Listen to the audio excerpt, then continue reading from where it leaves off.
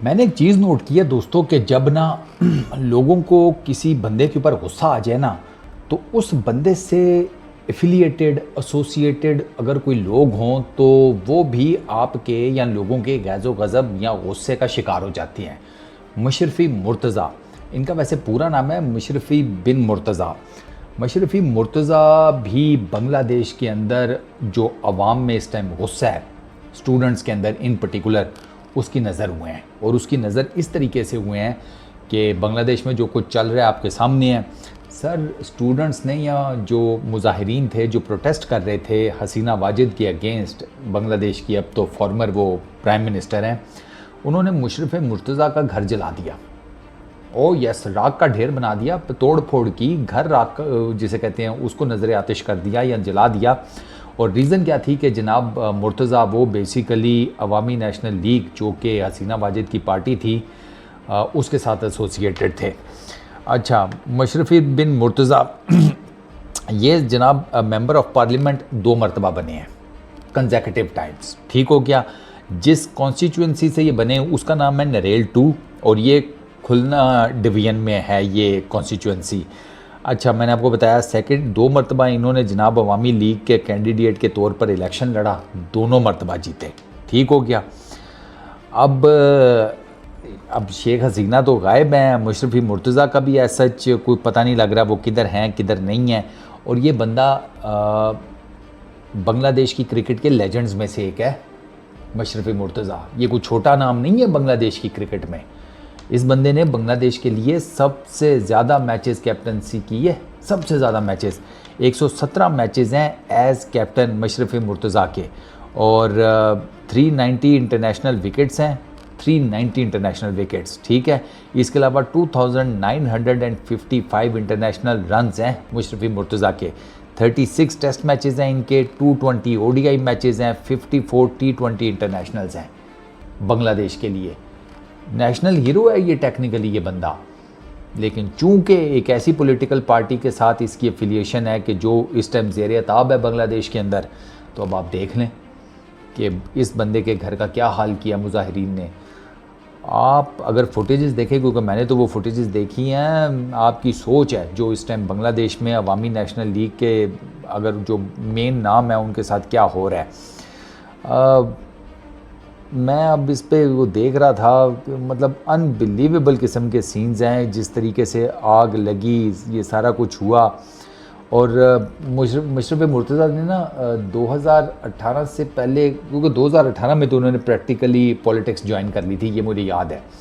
उससे पहले इन्होंने रिटायरमेंट ले ली थी इंटरनेशनल क्रिकेट से। 2018 में ये पॉलिटिक्स में आ गए, अवामी नेशनल लीग ने इनको टिकट दिया और मैंने आपको बताया कि ये जनाब 2 कंसेक्यूटिव टाइम्स ये मेंबर ऑफ पार्लियामेंट बन गए अवामी नेशनल लीग की तरफ से।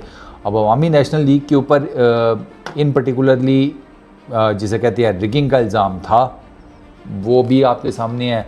अब आई डोंट नो मशरफ़ी मुर्तज़ा की कॉन्स्टिट्यूंसी में रिगिंग हुई नहीं हुई वो मैं कुछ नहीं कह सकता, लेकिन ओवरऑल अवामी लीग के ऊपर, हसीना वाजिद के ऊपर ये इल्ज़ामात हैं कि उन्होंने इलेक्शन भी रिग किए, उन्होंने जनाब जो अवाम की ट्रू नुमाइंदगी थी वो सामने नहीं आने दी, एज ए डिक्टेटर वो चलाती रही हैं मुल्क को। 15 साल का उनका ना रूलिंग टेन्योर है, 15 साल का। और मैं आपको एक मज़े की बात बताऊं कि बांग्लादेश के हालात देखकर ना मैं इस नतीजे पर पहुंचा हूं कि भाई साहब, ग्रोइंग इकॉनमी और बाकी सारी चीज़ें तो अपनी जगह, लेकिन हर टायरेंट का ना एक डाउनफॉल ज़रूर आता है।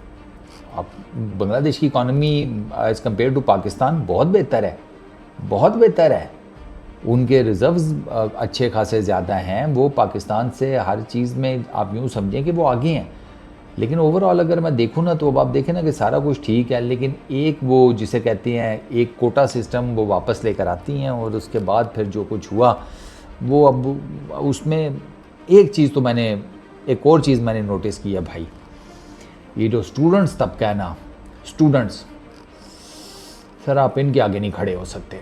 ये क्योंकि ज़्यादातर ये है जेन जी, जनरेशन जी, और जनरेशन जी जो है ना भाई साहब, इनके बहुत कांड हैं भाई। आप इनको एक तो सेटिस्फाई इतने आराम से नहीं कर सकते, ये उबले रहते हैं और ज़्यादातर आपको पता है बांग्लादेश में ये जो रेवोल्यूशन आया है इसमें जैन जी उसका बहुत बड़ा अमल दखल है, क्योंकि वो जो एज है ना या वो जो यूथ है ये उसी ने सारा कुछ किया है। अब एट द मोमेंट जो मैंने जितनी रिपोर्ट्स पढ़ी हैं उसमें भी कंफर्म तो नहीं है कि मशरफ़ी मुर्तज़ा है किधर, वो बांग्लादेश के अंदर ही हैं या वो भी बांग्लादेश से कहीं बाहर इस पर्टिकुलर टाइम में हैं, वो किसी को नहीं पता।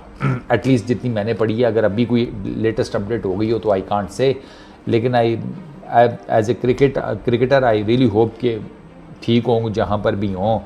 अब मशरफ़े का बेचारे का कसूर यही है कि वो एक ऐसी पॉलिटिकल पार्टी के साथ एफिलिएट हो गया कि जिसकी जो सरबराह थी उसने, जैसे कहते हैं कि लोगों को अंडरमाइन करने में, उनकी डिसरिस्पेक्ट करने में, उनकी तस्दील करने में कोई कमी नहीं छोड़ी। जुल्म सितम तो अलग किया ना, मीडिया तक वहाँ पर कंट्रोल में था। तो बांग्लादेश के इर्द गिर्द के जितने मुल्क हैं ना जहाँ पर ये सब कुछ हो रहा है, नाम नहीं लेते, चलो लोग माइंड कर जाते हैं, वो सारे ख्याल करें। जो कुछ बांग्लादेश में हुआ ये कल कल को आप सबके भी साथ हो सकता है। तो अपनी अपनी जो रियाया है ना, प्रजा, ठीक है, लोग, अवाम, उनके साथ ना ज़रा इंसान के बच्चों की तरह रहा करें। वो कोई भेड़ बकरियां नहीं हैं, वो भी इंसान ही हैं, उनके भी बुनियादी राइट्स हैं, वो पूरे करें। मैं ये नहीं कहता कि सबको करोड़पति बना दें, लेकिन सबको एटलीस्ट गुर्बत की लकीर से तो आप ऊपर ला सकते हैं। अगर आपके पास इतना दिमाग नहीं है एज ए सियासतदान, तो फिर आप सियासत में कर क्या रहे हैं? छुट्टी करें, घर जाके बैठें। बस इस वीडियो में इतना ही। अपना बहुत ख्याल रखना। नेक्स्ट वीडियो में मुलाकात होगी। Peace out.